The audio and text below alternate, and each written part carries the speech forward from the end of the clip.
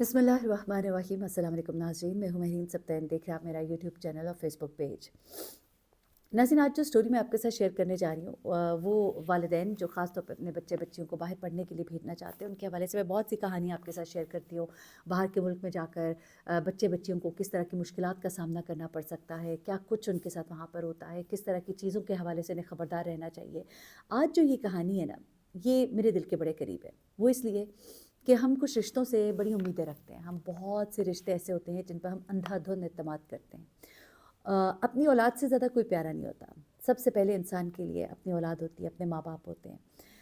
औलाद को अगर कोई तकलीफ़ पहुँचे ना, तो फिर इंसान दूसरे को माफ़ नहीं कर पाता, चाहे वो रिश्ता कितना ही करीबी क्यों ना हो, भाई हो, बहन हो, यहाँ तक कि माँ बाप भी हों। माँ बाप मैं समझती हूँ कि उनको इंसान फिर माफ़ कर देता है। माँ बाप वैसे भी आपके बच्चों के साथ कुछ गलत कर नहीं सकते, लेकिन बहुत तकलीफ़ होती है और वो तकलीफ़ जो है आपको हमेशा याद रहती है। तो इस तकलीफ़ से आप ना गुज़रें, उसके लिए आप ये वीडियो ज़रूर देखिएगा। ये जो कहानी है, ये हमारी एक बहन है, उन्होंने कनाडा से शेयर की है और अब वो माशाल्लाह बड़ी वेल एस्टैब्लिश्ड है वहाँ पर। उन्होंने अपना बिज़नेस भी कर रही हैं, अपनी जॉब भी कर रही हैं, उनकी शादी भी अब हो गई है। लेकिन ये आज से 5 साल पहले की कहानी है, जब वो कनाडा आई थी। जब वो कनाडा आई थी तो कनाडा में उनके साथ जो वाक़यात हुए, अब वो चाहती हैं कि लोगों के साथ ज़रूर शेयर करें, क्योंकि लोग यहाँ से अपने बच्चों को बाहर पढ़ने के लिए भेजते हैं और जब उनके कोई अज़ीज़ व अक़ारिब वहाँ पर पहले से मौजूद होते हैं, तो उनको एक बड़ी तसल्ली होती है कि यार बच्ची की खाला वहाँ पर है, बच्ची के मामू वहाँ पर हैं, बच्ची के चचा वहाँ पर हैं, तो हमारी बच्ची जो है वो तो बड़े महफूज हाथ में है, या बच्चा हमारा बहुत अच्छी जगह पर है और वो बड़ा मुतमईन होगा। लेकिन ऐसा नहीं होता। ये जो खातून है, इन्होंने बाकायदा तौर पे बताया कि किस तरह से जब उन्होंने एमफ़िल किया, एमफ़िल के बाद उन्होंने बहुत अच्छे उनके ग्रेड्स थे और स्कॉलरशिप पे उनको कनाडा में फ़र्दर पढ़ने के लिए मौका मिलता है, वो यहाँ पर आती हैं। अब जो कनाडा में आती हैं तो यहाँ पर वो बताती हैं कि उनकी वालदा की बहन जो है वो यहाँ पर रहती थी और जिस स्टेट में उनको पढ़ना था वो उसी स्टेट में रहती थी। तो बड़ी ही उनकी माँ जो हैं वो मुतमईन थीं और रोज़ उनकी खाला को फ़ोन करती थीं और वो खाला जो है उनसे बात करती थीं और उनसे तसल्ली लेती थी एक तरह से कि अगर मेरी बेटी यहाँ पर आएगी तो कितना एक उसके लिए आसान होगा। और खाला जो है ज़ाहिर सी बात है दुश्मन तो नहीं थी और खाला जो है वो भी चाहती होंगी कि मैं अच्छा ही करूँ, बुरा करने की नीयत तो नहीं होगी। लेकिन फिर हालात किस तरह से बदलते हैं और मौक़े किस तरह के होते हैं और चीज़ें किस तरह चेंज हो रही होती हैं, आप उस बारे में सोच नहीं सकते। अभी बच्ची जो है ये कहती है कि मैं जब यहाँ से कनाडा के लिए गई तो मेरे कपड़े कम थे और मेरी खाला और उनके घर वालों के लिए तोहफ़े तोहफ़ जो है वो बेतहाशा थे। वो एक तरह से एक आपका एक ग्रैटिट्यूड शो करने का तरीक़ाकार भी होता है कि हमारी बेटी आ रही है, उसका ख़्याल रखिएगा। बड़े ही महँगे-महँगे वो कहती है बरीज़े के सूट जो है मेरी खाला के लिए, मेरे खालू के लिए, जुनैद जमशेद के, और यहाँ से बड़ी अच्छी-अच्छी चीज़ें जो वहाँ पर नहीं मिलती हैं उस तरह की, जो वहाँ पे बहुत एक्सपेंसिव होती हैं इन अदर वर्ड्स, कहती है। और बड़े मुरब्बे और खाने-पीने की चीज़ें जो हैं वो भी पैक करके मेरी वालदा ने दी और मेरे सामान से ज़्यादा उनका सामान था जो मैं उनके लिए लेकर जा रही थी। अब वो कहती है कि जब मैं वहाँ पर पहुँची तो सबसे पहले तो हुआ ये कि जब मैं एयरपोर्ट पे लैंड की तो उस वक़्त तो वहाँ पर वो पहुँची, खाला भी आई, उनके बच्चे भी आए और मुझे वो लोग लेकर गए और मैं उनके घर गई। वहाँ पर बड़े अच्छे से मेरा एक कहिए कि इस्तकबाल किया गया, मुझे बड़ा अच्छा खाना खिलाया गया और मुझे घर में एक छोटा-सा कमरा था, बिल्कुल आप समझिए कि जिसमें सिर्फ़ एक बेड ही आता है। लेकिन आप वहाँ जाके अंदाज़ा लगा सकते थे कि उनका घर जो है कोई इतना बड़ा नहीं था और उसमें उनके जो कमरे थे, हर एक के पास अपना-अपना कमरा तो था, लेकिन एक नए फ़र्द के लिए जब गुंजाइश नहीं थी, तो ये एक स्टोर जो था टाइप कमरा, उसको उसके लिए कन्वर्ट कर दिया गया था। वहाँ पे उसको एक गद्दा डाल दिया गया था, गद्दा मतलब बेड डाल दिया गया था एक छोटा-सा, और उसको एक टेबल रख दी गई थी और एक शेल्फ़ लगा दी गई थी कि वो वहाँ पे अपना सामान रख ले। और उसको ये बताया गया कि बेटा यहाँ पे हमारे पास गुंजाइश नहीं थी, हमने तुम्हारे लिए बाकायदा गुंजाइश बनाई। उसने कहा कि मैंने दिल में यही सोचा कि देखो ऐसा ही होता है, बाहर का मुल्क है, अब तरीके और होंगे, वहाँ पे हमारे मुलाज़िम होते थे, यहाँ मुलाज़िम नहीं होंगे, ये सब चीज़ें।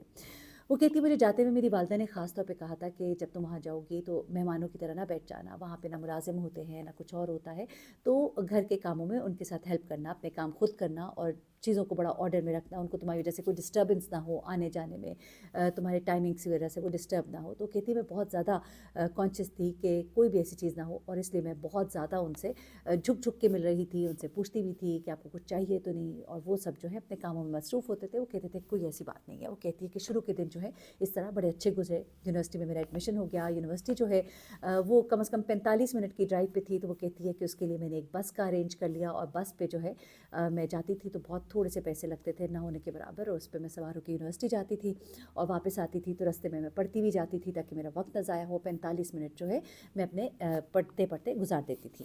अच्छा, ये तो बात की बातें हैं, लेकिन अब क्या होता है जनाब कि वो कहती कि एक हफ़्ता गुजरा, मैंने अपने आप को वहाँ पे एडजस्ट किया, मेरी कोशिश होती थी कि मैं उन पर किसी तरह का बोझ ना बनूँ, लेकिन हाँ, सुबह का नाश्ता उनके साथ करती थी, दोपहर का खाना और रात का खाना जो है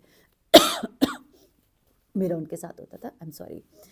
अब उसके बाद क्या होता है जनाब कि रोज़ की रूटीन शुरू हो जाती है। अब घर वाले जो हैं अपनी रूटीन में आना शुरू हो जाते हैं। अब वहाँ पर ज़ाहिर सी बात है सिर्फ खाला तो नहीं है, खालू भी हैं, खाला के बच्चे भी हैं। अब वो कहती है कि कई दफ़ा ऐसा होना शुरू हुआ कि मैं अगर देर से उठी हूँ और मैं किचन में जाके कोई चीज़ ले रही हूँ तो मुझे कभी कभी लगता था कि मेरे खालू को नागवार गुजरती थी कोई बात, मेरा फ्रिज का खोलना। कभी वो कह देते थे कि अभी तो ये अंडे थोड़े हैं, अभी ये है, इस तरह की वो बात करते थे तो मुझे बड़ी शर्म आती थी। और फिर मैंने कोशिश की कि मैं अपने पैसों से ही अपने लिए कुछ ना कुछ ले आऊँ।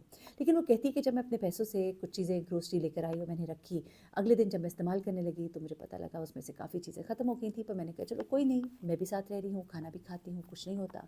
लेकिन उसके बाद जब वो कहती है कि मेरी लाई हुई ग्रोसरी जो है वो तो 3 दिन के अंदर ही ख़त्म हो गई, तब मैंने जब दोबारा उनकी चीज़ों में से इस्तेमाल करना शुरू किया तो मुझे फिर एक अजीब सा जेस्चर जो है, जिस तरह वो कहती है कि एक दिन मैंने सुबह अंडे पड़े थे तो मैंने 2 अंडे निकाले और मैंने वो अंडे जो हैं बॉयल किए, और चूँकि मुझे ब्रेड नज़र नहीं आ रही थी तो मैंने कहा ये मैं बॉयल करके चाय के साथ खा लेती हूँ। अब वो कहती है कि जब मैंने अंडे बॉयल करके खा लिए तो मैं अपने कमरे में चली गई और मैं तैयारी कर रही थी यूनिवर्सिटी जाने की कि मुझे बाहर से खाला के बोलने की आवाज़ आई कि अंडे जो है वो नहीं है अंदर। तो मेरे खालू ने कहा कि उसने खा लिए होंगे। तो वो कहती है कि मुझे ये जुमला सुन के एकदम बड़ा अजीब सा लगा। तो मेरी खाला ने कहा कि भाई मैं बीमार आदमी हूँ और मुझे ये चीज़ चाहिए होती है और मेरी मतलब खुराक का हिस्सा है, और मैं अगर ये नहीं खाऊंगी तो फिर अब ये क्या बात है कि जब नाश्ता करने लगो तो चीज़ ही ना मिले। उसे अपनी खाला के ये जुमले बड़े ही अपने दिल पर लगते हुए महसूस हुए। फिर उसके बाद खामोशी हो गई। वो कहती है कि मैं जैसे चोर होता है चोरों की तरह मैं बाहर निकली और मैं बस में बैठी और आ गई, और सारा दिन मेरे जहन में वही जुमले जो है वो घूमते रहे। फिर वो कहती है कि मैं वापस जब आई तो वापसी पर मैंने दर्जन अंडे जो है वो पकड़ लिए और मैं घर ले आई और ला के मैंने फ्रिज में रख दिए। अब अगली सुबह जो है वो कहती है मैंने उसी में से अंडे उबाले और मैंने दोबारा खा लिए। उसके बाद वो कहती है लेकिन जब अगले दिन मैं अंडों के लिए फ्रिज खोला तो अंदर अंडे नहीं थे। इसके अलावा वो ये भी कहती है कि ये तो चले एक बात है, लेकिन मैं अगर दोपहर का खाना होता था तो कई दफ़ा ऐसा होता था कि मैं खाने के लिए जाती थी, कुछ भी नहीं पड़ा होता था तो मैं जो भी थोड़ा सा अगर सिंक में कई दफ़ा सालन थोड़ा सा पड़ा हुआ मुझे अगर नज़र आ रहा है किसी चीज़ में तो मैं उसके साथ ब्रेड लगा के खा लेती थी। तो इस तरह भी होता था। एक ही हफ्ते के अंदर उनका रवैया जो है वो ऐसा हो गया था कि मेरे लिए कोई चीज़ बनाना तो दूर की बात, मेरे लिए कोई चीज़ छोड़ना भी वो पसंद नहीं करते थे। तो आहिस्ता आहिस्ता मैंने अपने लिए इंतज़ाम कुछ ऐसा करना शुरू कर दिया कि कुछ खाने पीने की चीज़ें जो है मैं कमरे में रख लूँ, ताकि जो चीज़ें फ्रिज में होती हैं उनका तो अगर ख़त्म हो जाती हैं तो मैं तो कुछ कह नहीं सकती। वो कहती लेकिन मेरा कमरे में रखना भी चीज़ें उनको नागवार गुजरने लगा और उन्होंने बातों बातों में मुझे सुनानी शुरू कर दी। कहती ये बात मुझे बड़ी तकलीफ़ देती थी, लेकिन मैं बर्दाश्त करती रही और मैंने इवन यहाँ तक के घर में रखना भी छोड़ दिया और मैं कोशिश करती थी कि यूनिवर्सिटी से आते हुए मैं कुछ खाती भी आऊँ ताकि मुझे रात को कुछ खाना ही ना पड़े। लेकिन अब उसके बाद वो कहती है कि जब पढ़ाई हो रही थी तो पढ़ाई की वजह से कई दफ़ा यूनिवर्सिटी में देर तक रुकना पड़ता था। अब जब उसने देर से आना शुरू किया तो उस पर भी एकदम से घर के अंदर एक नई बहस शुरू हो गई कि सोने का टाइम होता है और ये आ रही होती है। दरवाज़ा खुला तो खटाक से हमारी आँख खुल गई। किसी दिन जो है एक दिन वो कहती है कि ऐसा हुआ कि जब मैं यूनिवर्सिटी से वापस आई तो दरवाज़ा जो है वो बंद था और लॉक की जो चाबी है वो तो मुझे नहीं दी गई थी और मैं बड़ी परेशान हुई। मैंने बेल दी, बेल के जवाब में मेरे खालू आए और उन्होंने मुझे दरवाजे पर खड़े होकर इतनी सुनाई कि मुझे समझ ना आई कि मैं कहाँ जाऊँ। कहती है कि मैं आई, मैं कमरे में आके बहुत रोई। मैं अपनी माँ को भी नहीं बताना चाहती थी कि वो परेशान होंगी और ज़ाहिर सी बात है उन्हें तकलीफ़ होगी। कहती है रोज़ कोई ना कोई छोटी छोटी ऐसी बात होना शुरू हो गई थी और अब तो उनका लिहाज जो है वो ख़त्म हो गया था। यहाँ तक कि खाला भी बात बात पर मुझे सुनाने लगी थी जैसे मैं उनके ऊपर एक बोझ हो। शायद कमरे की लाइट और कमरे में मेरा रहना जो है वो भी उनके लिए एक बोझ बनता जा रहा था। और फिर वो कहती है कि मैंने जल्द से जल्द अपने लिए फिर जॉब ढूंढना शुरू की। यहाँ तक कि वो कहती है कि एक दिन जिस दिन उसने फाइनली ये डिसाइड किया कि मैंने इस घर में नहीं रहना, वो कहती है कि उस दिन मैं घर में थी और सिर्फ खाने पीने की बात नहीं होती थी। अब आप इस बात को सुनिएगा कि ज़रा बात होती क्या है। वो कहती है कि मैंने रात को मैं सोई हूँ और मैंने पजामा शर्ट जिस तरह पहनी होती है, उनके घर में बच्चे भी पजामा शर्ट पहनते थे। वो कहती है कि मैं सुबह सुबह उठी और मैं उसी पजामा शर्ट में मैं किचन में गई और किचन से मैंने फ्रिज से अंडे निकाले और मैं उसे उबालने चली गई। और मेरे जो एक कज़न है वो आकर वहाँ किचन में ही बैठ गया, वो खाना खा रहा था अपना। और मेरे खालू जो है वो भी इसी असना में आ गए। उन्होंने कभी मुझे देखा, कभी मेरे कज़न को देखा, जबकि ना उसकी कोई ऐसी इंटेंशन थी ना मेरी कोई ऐसी इंटेंशन थी।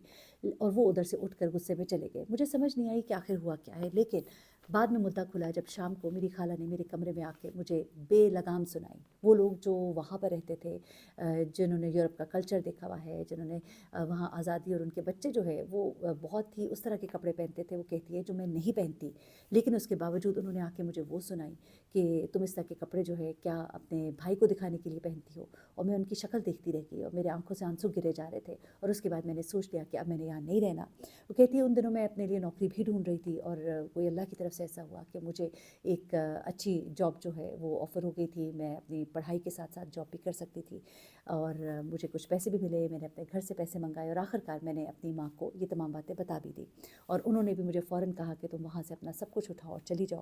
اور اس کے بعد میں نے اپنی ایک فرینڈ کے ساتھ مل کر ایک اپارٹمنٹ جو ہے، ایک گھر کی بیسمنٹ تھی جو ہم نے رینٹ پر لی، اور وہ ایک پاکستانی فیملی تھی اور ایک اچھی فیملی تھی. میں کافی دنوں سے چونکہ یہ چیزیں دیکھ رہی تھی، سوچ رہی تھی، میری اس کے اوپر پلاننگ چل رہی تھی. اور میں نے اگلے ہی صبح اپنا سامان اٹھایا اور وہاں سے میں وہاں شفٹ ہو گئی. اس کے بعد وہ کہتی کہ میری خالہ کا مجھے فون آتا رہا، لیکن میں نے فون نہیں اٹھایا. اس کے بعد انہوں نے غالباً میری والدہ کو فون کیا، اور میری والدہ نے پھر ان کو کافی سنائی اور کہا کہ ہم نے اپنی بچی کو تمہارے آسرے پر بھیجا تھا، وہ تو اپنا سارا خرچہ خود اٹھا رہی تھی، اور جو سلوک تم نے اس کے ساتھ کیا ہم ساری زندگی یاد رکھیں گے. اس کے بعد وہ لڑکی کہتی ہے کہ اب تو ماشاء اللہ وہ اپنی جاب بھی کری ہے، اپنی اب اس کی شادی ہو گئی ہے، سیٹل ہو گئی ہے. لیکن وہ ایک مشورہ دیتی ہے، اور یہ مشورہ بڑا خوبصورت ہے. رشتے بڑے ہی نازک ہوتے ہیں، رشتوں کو بنانے کے لیے بڑی محنت کرنی پڑتی ہے، کسی کو نہ آزمائیے. وہ کہتی ہے کہ آپ اپنے بچوں کو جب بھیجیں نا، تو یا تو ان کو ہاسٹل میں بھیجیں یا اپنے ہی اون پر وہ رہیں، کسی کے گھر مت بھیجیے. کیونکہ ان کی عزت نفس پر جو تابڑ توڑ حملے کیے جاتے ہیں صرف وہ 2 نوالے کھانے کے پیچھے، وہ ان کو توڑ کر رکھ دیتے ہیں. بہت ہی تکلیف دہ ہوتا ہے، اور رشتے بھی خراب ہو جاتے ہیں. وہ کہتی کہ میری خالہ اور میری ماں ایک دوسرے سے اب تک بات نہیں کرتی، ایک دوسرے سے ان کا رشتہ بھی ختم ہوا، جس کا مجھے دکھ بھی ہے، اور میرا بھی دل نہیں کرتا ان سے ملنے کو یا بات کرنے کو.